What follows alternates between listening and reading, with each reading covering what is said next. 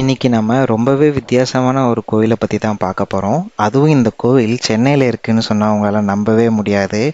முழுக்க முழுக்க ஒரு நார்த் இந்தியாவில் இருக்கிற மாதிரியே ஒரு ஃபீல் கொடுக்கும் இந்த கோவில். உங்கள் எல்லாருக்குமே தெரியும், பூரி ஜெகநாதர் கோவில் ஒடிசா மாநிலத்தில் இருக்குது. ஆசியாலேயே மிகப்பெரிய தேர் அந்த கோயிலில் தான் இருக்குது. அந்த கோயில் ரொம்பவே பிரசித்தி பெற்ற கோயில் தான். ஆனால் அதே பூரி ஜெகநாதர் கோயில் நம்ம சென்னையில் இருக்குன்னு சொன்னால் அவங்களால நம்ப முடியுதா? ஆமாங்க. ஈசிஆரில் மாயாஜால் பக்கத்தில் ஜஸ்ட் 1 கிலோமீட்டர் தூரத்தில் ஜெகநாதர் கோயில் அப்படின்னு ஒரு கோயில் இருக்குது. இது பூரியில் இருக்கிற மாதிரியே இந்த கோயில் அமைச்சிருக்காங்க. அந்த கோயில் அளவு ரொம்ப பெருசாக இல்லைனாலும் அந்த கோயிலில் இருக்கிற மாதிரி ஒரு ஃபீலை நமக்கு கொடுக்கும்.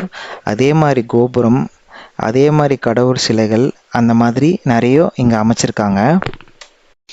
இந்த கோவிலில் இருக்கும்போது உங்களுக்கு ரொம்பவே வித்தியாசமான ஃபீல் கிடைக்கும்.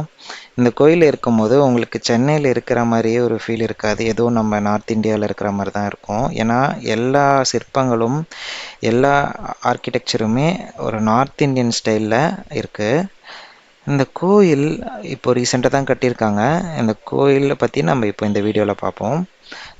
கோயிலுக்குள்ளே நுழைஞ்ச உடனே இந்த மாதிரி ஒரு பெரிய தூண் அமைச்சிருக்காங்க. அந்த தூணுக்கு கீழே ஒரு ஆமை இருக்கிற மாதிரியும், அந்த தூண்லேயும் பெருமாளுடைய தசாவதாரம் சிற்பங்கள் பொறிக்கப்பட்டிருக்கு. இந்த ஆமை பெருமாளுடைய கூர்ம அவதாரத்தை குறிக்குது. அதுக்கு மேலே இருக்க தூண் மேருமலையை குறிக்குது. அடுத்து இந்த கோவில் கோபுரத்தை பாருங்க. இந்த கோவில் கோபுரம் கிட்டத்தட்ட பூரி ஜெகநாதர் கோயில் கோபுரம் மாதிரியே இருக்குது. அந்தளவு உயரம் இல்லைனாலும் ஓரளவு நடுத்தர உயரத்தில் அதே அமைப்பில் ரொம்பவே அற்புதமாக அமைச்சிருக்காங்க.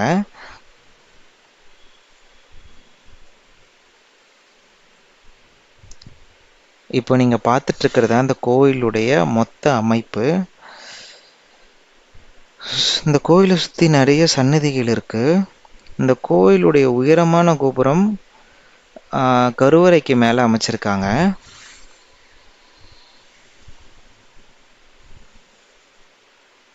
ஈசிஆர் நடுவில் இப்படி ஒரு இடம் இருக்கிறது நம்ம நிறைய பேருக்கு தெரியாது.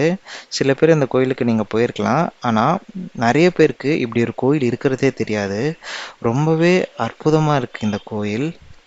அது மட்டும் இல்லை, இந்த கோவிலை சுற்றி புல்வெளிகளும் பூங்காக்களும் அமைச்சிருக்காங்க. ரொம்பவே அமைதியாகவும் இருக்குது. ரொம்பவே ப்ளசண்ட்டாக அமைதியாக நீங்கள் உட்காந்து ஒரு டைம் ஸ்பெண்ட் பண்ணணுன்னா கண்டிப்பாக இந்த கோயிலுக்கு நீங்கள் வந்து பாருங்கள். ரொம்பவே அற்புதமாக இருக்குது இந்த கோயில். இப்போ நீங்கள் பார்த்துட்ருக்கிறது தான் பூரி ஜெகநாதருடைய மூலஸ்தானம். இந்த மூலஸ்தானத்தில் பூரி ஜெகநாதர், அவருடைய தங்கை சுபத்ரை மற்றும் அவருடைய அண்ணன் பலராமர், இவங்க 3 பேரும் தான் இந்த கருவறையில் காட்சி தராங்க. இதே மாதிரி தான் பூரியிலையும் இருக்கும். அதே மாதிரி தான் இந்த கோயில்லையும் அமைச்சிருக்காங்க. இந்த கருவறையை சுற்றி ரொம்பவே அழகாக பெயிண்ட் பண்ணியிருக்காங்க. இப்போ நீங்கள் அதை தான் பார்த்துட்ருக்கீங்க. புராண கதையில் வர நிறைய கேரக்டர்ஸ், அப்புறம் பெருமாளுடைய தசாவதாரம், இந்த மாதிரி பல ஓவியங்கள் இந்த கருவறைக்கு மேலே இருக்கிற இடத்துல அழகாக பெயிண்ட் பண்ணி வச்சுருக்காங்க.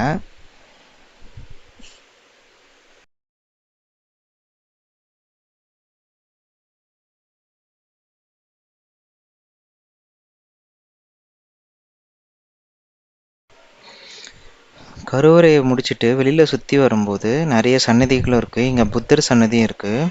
வாங்க ஒரு ஒரு சன்னதியாக பார்ப்போம்.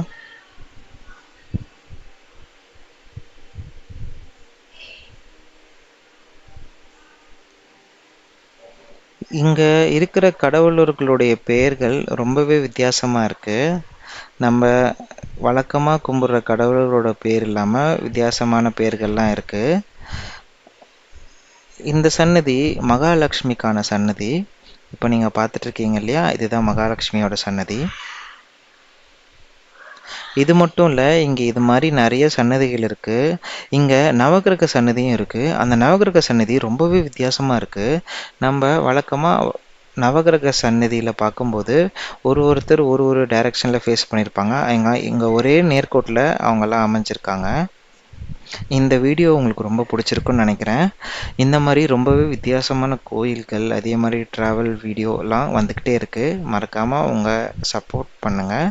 லைக் பண்ணுங்கள், ஷேர் பண்ணுங்கள், கமெண்ட் பண்ணுங்கள். மறக்காமல் நம்ம சேனலை சப்ஸ்கிரைப் பண்ணுங்கள்.